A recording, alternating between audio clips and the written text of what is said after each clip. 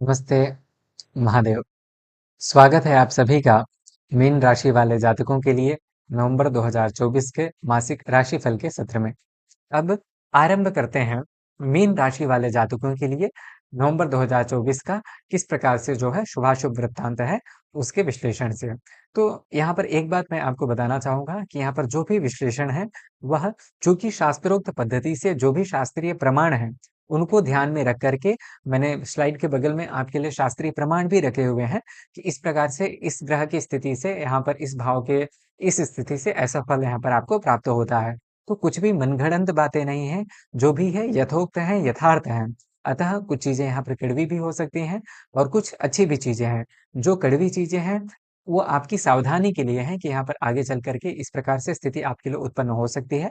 अतः आप उनसे संबंधित जो भी जप, दान मंत्र का जप इत्यादि हो सकता है, पूजा पाठ आदि वह करें जिससे कि दुष्प्रभावों को रोका जा सके अथवा दुष्प्रभावों में शुभता प्राप्त की जा सके। अतः वीडियो के अंत में जो उपाय बताए जाएंगे उन्हें भी आप निश्चित तौर पर देखें। अब आरंभ करते हैं आपके शरीर तथा स्वास्थ्य से। यहाँ पर आपके लिए लग्न भाव से जो है देहस्य सौष्ठवं स्वास्थ्यं स्थितिः श्रेयो वपुः सुखम जयो वपुश्च तत्सर्वं चिंतनीयं विलग्नतः। यह सभी विचारणीय जो विषय हैं वह लग्न से हैं। अर्थात आपकी शारीरिक स्थिति हो गई, आपके शरीर का जो इम्यूनिटी पावर हो गया उसका विचार हो गया, समाज में आपका मान सम्मान हो गया, पुनः जय पराजय आदि से संबंधित जो भी चीजें हैं वह आपके लग्न भाव से विचारणीय है।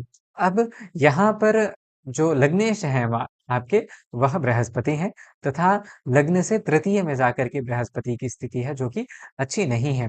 पुनः आप देखेंगे कि यहाँ पर आपके लग्न भाव में राहु की स्थिति है, केतु की दृष्टि भी आपके लग्न भाव में बनी हुई है। तो शारीरिक रूप से कहीं न कहीं यहाँ पर आपके लिए दौड़ भाग ज़्यादा है।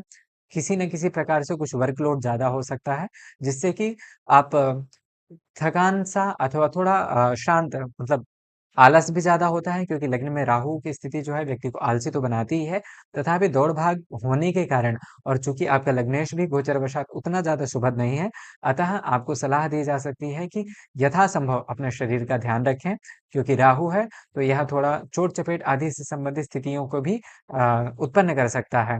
और यदि आप देखेंगे गोचरवशात तृतीय भावस्थ जो बृहस्पति का फल है, वह दुश्चिक्य स्थितिनाशम इष्टवियुतिम कार्यान्तरायम रुजम। कार्यान्तराय मतलब व्यर्थ के कार्यों में जो है आपकी संलग्नता अथवा रुजम मतलब रोग की स्थिति भी यहाँ पर आपके लिए हो सकती है। अतः बृहस्पति से संबंधित उपाय तथा राहु से संबंधित उपाय यहाँ पर इस गोचर अवधि में आपको करने चाहिए। निश्चित तौर पर यहाँ पर आपको जो भी दुष्प्रभाव है उसमें समता अर्थात उन दुष्प्रभावों को निवारण होगा उन उपायों को जो वीडियो के अंत में आपके लिए दिए गए हैं। पुनः इष्ट वियुतिम, इष्ट वियुतिम का अर्थ अर्थात चूंकि यह जो बृहस्पति है वह लग्न से तीसरे भाव में जाकर के बैठे हैं, तो आपके अपनों से कुछ दूर जाने की स्थिति भी यहाँ पर देखने के लिए प्राप्त हो सकती है। अब इस प्रकार से यहाँ पर शरीर तथा स्वास्थ्य से संबंधित विषयों पर चर्चा हुई। आगे बढ़ते हैं आपके शिक्षा तथा संतान से संबंधित चीजों पे बात करने के लिए। तो इसका जो विचार है यहाँ आपके जन्म कुंडली के पंचम भाव से किया जाता है। यदि यहाँ पर आप देख पा रहे होंगे तो पंचम भाव में मंगल तथा चंद्रमा की स्थिति है। यहाँ पर जो मंगल है वह पूरे महीने नीच राशि के विद्यमान रहेंगे और पंचम भाव का यह जो मंगल है वह उतना ज्यादा सुखद नहीं माना जाता है। तो इस यदि आप देखेंगे कि यह जो मंगल है यह कारक किसका है तो सत्वम मतलब आपका जो सात्विक बल है मतलब आपका शारीरिक बल जो है सत्वम रोग गुणानुजा वनिरूपम ज्ञातीन धरासूनुना इस प्रकार से मंगल से विचारणीय विषय है। तो रोग का विचार हो गया, आपके शारीरिक ऊर्जा का विचार हो गया, बल का विचार हो गया, साहस का विचार हो गया, इन सभी का प्रतिनिधित्व जो है यह मंगल करता है। अब यह मंगल आपका आपकी कुंडली में आपके भाग्य भाव का तथा द्वितीय भाव का जो है स्वामी होकर के आपके पंचम भाव में बैठा है। तो परिवारजनों से कहीं न कहीं आपको ध्यान रखना है कि वाणी में संयम बातचीत करते हुए अथवा किसी भी प्रकार से जब भी आप परिवार में रहें तो थोड़ा वाणी में संयम ज़रूर रखें, क्रोध में संयम रखें, किसी भी प्रकार से उद्वेग में अथवा आवेश में आकर के कोई कार्य ना करें, नहीं तो यह मंगल क्लेश अथवा कलह उत्पन्न करने में सर्वथा सक्षम है। पुनः यदि देखेंगे कि यह जो पंचम भावस्थ मंगल है, यह ज्वरम अनुचित चिंताम पुत्र हेतु व्यथाम वा। जैसा कि मैंने आपको पहले ही कहा है कि यहाँ पर इष्ट की वियुति, आपके जो कुछ अपने हैं, उनकी वियुति अर्थात उनसे दूर जाने जैसे कुछ समय के लिए स्थिति उत्पन्न हो सकती है। दूसरी बात यह है कि व्यक्ति फालतू के व्यर्थ की चिंता, जैसे कि लग्न का भी फल यह था कि व्यर्थ के कार्यों में व्यक्ति प्रवृत्त होगा। यहाँ पर फिर वही बात पंचम में भी निकल कर के आ रही है, तो अर्थात यह है कि इसकी पुष्टि होती, इस फल की पुष्टि होती है कि आपको व्यर्थ कार्यों में यहाँ पर संलग्नता ज़्यादा रहेगी, व्यर्थ का चिंतन ज़्यादा रहेगा, फालतू की दौड़-भाग रहेगी। पुनः उसी कारण से ज़्यादा दौड़-भाग होने के कारण ही यहाँ पर आपको शरीर में थोड़ी बहुत परेशानी भी हो सकती है। कुछ बुखार आदि से संबंधित चीज़ें भी देखने के लिए प्राप्त हो सकती हैं। अतः यथासंभव कम यात्रा करें, क्योंकि यात्रा भी उतनी ज़्यादा फलदायी यहाँ पर आपके लिए रहने वाली नहीं है। क्योंकि आप देखेंगे कि द्वितीय भावस्थ का छोटी-मोटी यात्राएँ तो ठीक है, कुछ न कुछ अच्छे परिणामों को दे सकती है, किंतु लंबी दूरी की यात्राएँ करने से बचें, वह उतना ज़्यादा सुखद परिणामों को देने वाली नहीं है। अच्छी बात यह है कि जो भी हो, कितनी भी कुछ भी विषम परिस्थिति क्यों ना हो, किंतु आप मानसिक रूप से बहुत ज़्यादा स्ट्रॉन्ग रहेंगे। क्यों ऐसा है? क्योंकि आप देखेंगे कि जो आपके पंचमेश हैं, वह चंद्रमा है और चंद्रमा अपनी ही राशि में गोचर के प्रारंभ अवधि में विद्यमान रहने वाले हैं। यह जो स्थिति है, आपको मानसिक रूप से मजबूत बनाती है। यदि आप देखेंगे तो पंचम भावस्थ जो चंद्रमा है, वह भले ही उतना ज़्यादा अच्छा परिणाम नहीं दे रहा है, किंतु चूँकि अपनी राशि में बैठा हुआ है, अतः सुभद्रता ही देखने के लिए प्राप्त होगी। जो लोग शिक्षा से संबंधित क्षेत्र में जुड़े हुए हैं, उनकी भी पढ़ाई न मतलब जो छात्र वर्ग है, पढ़ाई-लिखाई में थोड़ा विघ्न आ सकता है, हो सकता है इधर-उधर फालतू के कार्यों में आपकी संलग्नता हो, जिसके कारण पढ़ाई से कुछ समय के लिए आपका जो ध्यान है, वह इधर-उधर हो। क्योंकि लग्न में राहु है, वह स्वभाव में भी आपका मतलब स्वभाव में भी व्यक्ति की इस प्रकार से स्थिति बन जाती है कि व्यर्थ के कार्यों में संलग्नता हो ही जाती है, पुनः मन भी उतना ज़्यादा स्थिर नहीं रहता है। इस प्रकार से यहाँ पर यह जो स्थिति है वह देखने के लिए प्राप्त होती है। संतान का सुख भी उतना ज़्यादा विशेष कुछ प्राप्त होता हुआ नहीं नज़र आता है। जो लोग संतान से संबंधित प्राप्ति की कामना कर रहे हैं, उनके लिए भी अभी कुछ समय तक विशेषतः नवंबर 2024 में उतनी कुछ विशेष सुखद स्थिति देखने के लिए नहीं प्राप्त होती है। पुनः मानसिक स्थिति में भी कुछ व्यर्थ की चिंताएँ यहाँ पर आपके लिए बनी रहने वाली है। अतः मंगल से संबंधित उपाय यहाँ पर आपके लिए सर्वथा उपयोगी तथा ज़रूरी हैं। आगे बढ़ते हैं आपके दाम्पत्य जीवन तथा जो लोग प्रेम संबंध है, लव लाइफ से संबंधित विषयों पर चर्चा करने के लिए और व्यवसाय से संबंधित जो बिज़नेस है, उसकी भी चर्चा यहाँ पर हम करेंगे। इसका जो विचार है यहाँ पर आपके सप्तम भाव से किया जाता है। अब जो सप्तम भाव में आप देख रहे होंगे कि यहाँ पर केतु महाराज जो है विद्यमान है। पुनः सप्तम भाव के जो स्वामी हैं, वह बुध है तथा बुध जो है अभी वर्तमान में तो अष्टम में है किंतु बुध का जो गोचर है वह आपके भाग्य भाव में होगा। तो यहाँ पर जो बुध का भाग्य भाव का गोचर होगा, वह आपके लिए अच्छे परिणामों को देने वाला रहेगा। क्योंकि भाग्य भाव में पुत्रार्थ लाभम ऐसा कहा गया है। तो यह वस्तुतः गोचरवश यह जो बुध है वह अष्टम भाव में भी अर्थ की पुत्र अर्थात संतान प्राप्ति, पुनः अर्थ मतलब एक तरह से धन की प्राप्ति तथा लाभ मतलब सभी प्रकार के लाभों को दर्शाता है। तो एक तरह से दाम्पत्य जीवन में जो लोग हैं, वस्तुतः यहाँ पर देखा जाए तो जो लोग संतान हैं, संतान का सुख उतना ज़्यादा नहीं है, किंतु यह जो बुध है, जब तक आपके अष्टम भाव से गोचर कर रहा है, तो यहाँ पर एक संतान प्राप्ति का योग का निर्माण कर रहा है। आप लोग यदि संतान प्राप्ति से संबंधित इच्छा रख रहे हैं, तो निश्चित तौर पर यहाँ पर आपको उन कार्यों में प्रवृत्त होना चाहिए। यह योग निश्चित तौर पर सफलता को देने वाला रहेगा।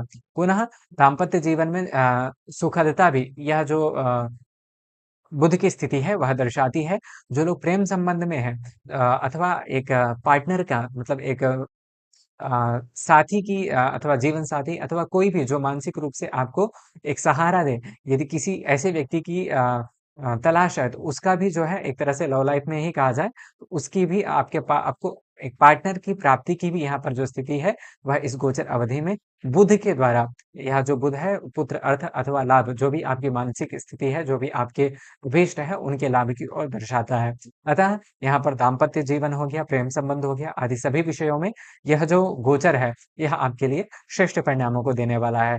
केतु चूँकि आपके सप्तम भाव में है और केतु कलह कारक होता है, अतः आपको वाणी में संयम रखना चाहिए। कुजवत केतु कहा गया है, अतः यह जहाँ भी रहता है, वहाँ पर क्लेश अथवा कलह ही उत्पन्न कराता है। अतः आपको आपकी वाणी में सावधानी निश्चित तौर पर बरतना चाहिए, नहीं तो यहाँ पर कुछ विषम परिस्थितियाँ भी यह केतु की सप्तम भाव की स्थिति क्रिएट कर सकती है। व्यवसाय में देखा जाए तो यहाँ पर आपके लिए वृद्धि होगी, भाग्य का साथ मिलेगा। यदि आप निवेश करना चाहते हैं, वह शॉर्ट टर्म के लिए हो अथवा लॉन्ग टर्म के लिए हो, दोनों ही प्रकार से यहाँ पर आप निवेश आप कर सकते हैं। निश्चित तौर पर दोनों ही प्रकार से यहाँ पर आपको दूरगामी परिणाम जो है, वह लाभदायक ही प्रतीत होते हैं। आगे बढ़ते हैं, आपके लिए करियर से संबंधित जो स्थितियाँ हैं, उनका विवरण देखते हैं। तो यहाँ पर आपके 12वें भाव से आपके 10वें भाव से इसका विचार किया जाता है। यहाँ पर देख पा रहे होंगे 10वें भाव में जो राशि है वह धनु राशि है। धनु राशि के जो स्वामी हैं वह बृहस्पति हैं।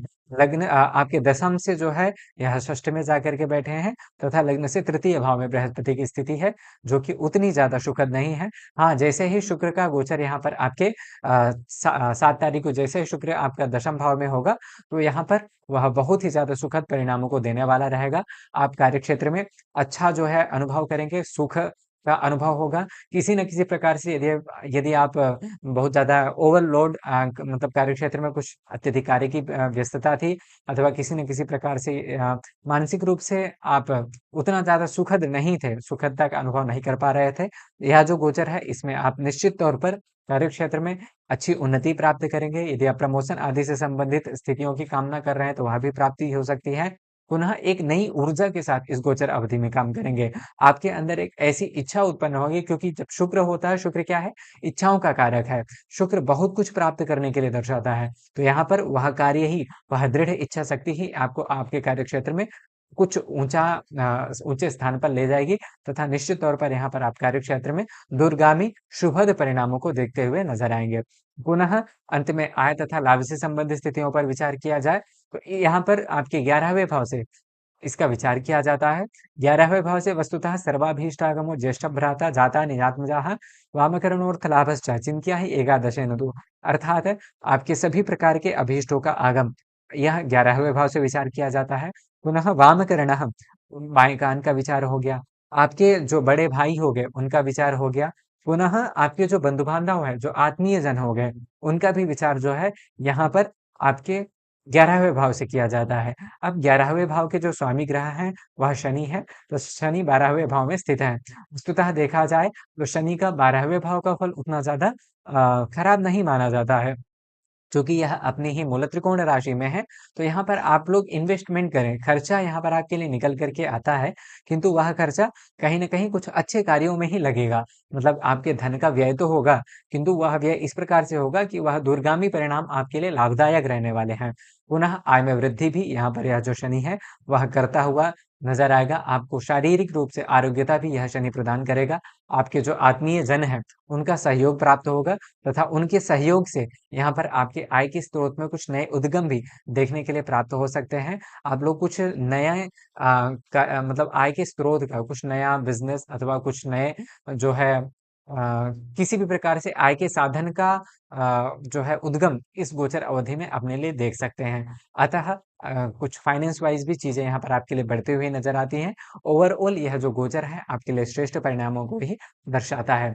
अंत में कुछ उपायों पर चर्चा की जाए तो सूर्य के उपाय के तौर पर यहाँ पर आपको ओम घृणी सूर्याय नमः अथवा ओम भूर्भुवः स्वः इस गायत्री मंत्र के जप के साथ तांबे के लोटे में जल लेना है तथा उसमें अक्षत तथा रोली मिला करके भगवान भास्कर को 3 बार अर्घ्य देना है। आदित्य हृदय स्तोत्र का पाठ भी आप कर सकते हैं। पुनः मंगल के उपाय के तौर पर, जो कि आपके लिए अत्यधिक जरूरी है, उसके उपाय के तौर पर आप हनुमान चालीसा, बजरंग बाण अथवा बटुक भैरव स्तोत्र का प्रतिदिन 1 अथवा 3 पाठ करें। निश्चित ही यह जो भी मंगल से संबंधित दुष्प्रभाव है उसमें शुभता अथवा उन दुष्प्रभावों का शमन करने वाला रहेगा। कलयुग में दान की अत्यधिक प्रधानता मानी गई है, इसलिए दान के लिए यहाँ पर मैंने एक श्लोक आपके लिए लिखा हुआ है जिसका अर्थ इस प्रकार है कि कौशुंब का वस्त्र आपको दान करना चाहिए। गुड़ हो गया, सुवर्ण हो गया, तांबा हो गया, पुनः माणिक्य एक रत्न विशेष हो गया, गेहूं हो गया, पुनः सुवर्ण वस्त्र अर्थात पीले वस्त्रों का दान। पुनः बृहस्पति चूंकि आपका कार्यक्षेत्र से संबंधित करियर का भी कारक ग्रह है तथा लग्नेश भी है, इसलिए आपको बृहस्पति से संबंधित उपाय निश्चित तौर पर करना चाहिए। तो बृहस्पति के उपाय के तौर पर आपको बृहस्पतिवार के दिन पीली वस्तुओं का दान, पीली वस्तुओं में जैसे चने की दाल हो गई, हल्दी हो गई, पुनः केला हो गया अथवा पीले वस्त्र हो गया, यह भगवान विष्णु के मंदिर में जाकर के ब्राह्मण जो पुजारी होते हैं उनको दान करें। जो भी बृहस्पति के दुष्प्रभाव हैं उसमें आपको शुभता प्राप्त होगी। पुनः विष्णु सहस्त्र नाम का स्तोत्र का पाठ भी आपको करना चाहिए। बृहस्पतिवार के दिन भगवान विष्णु के मंदिर जाकर के दर्शन भी आप कर सकते हैं बृहस्पति के उपाय के तौर पर।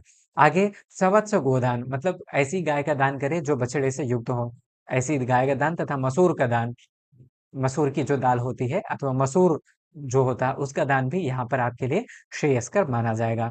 इस प्रकार से यहाँ पर कुछ उपाय थे जिन उपायों को कर करके आप इस नवंबर 2024 के गोचर को और भी ज्यादा श्रेष्ठ तथा अपने आप के लिए उत्तम परिणामों को प्राप्त करने के लिए उपयोगी बना सकते हैं। अब यह जो वीडियो है यहीं पर समाप्त होता है। आशा है कि यह जानकारी आपको अच्छी लगी होगी। यदि कुछ सुझाव हैं इस वीडियो के माध्यम से अथवा व्यक्तिगत तौर पर आप कुछ जानकारी चाहते हैं तो कमेंटिंग के माध्यम से अपनी बात रख सकते हैं। वर्तमान के लिए इतना ही, मिलते हैं अगली वीडियो में, तब तक के लिए अपना ख्याल रखिए। नमस्ते, महादेव।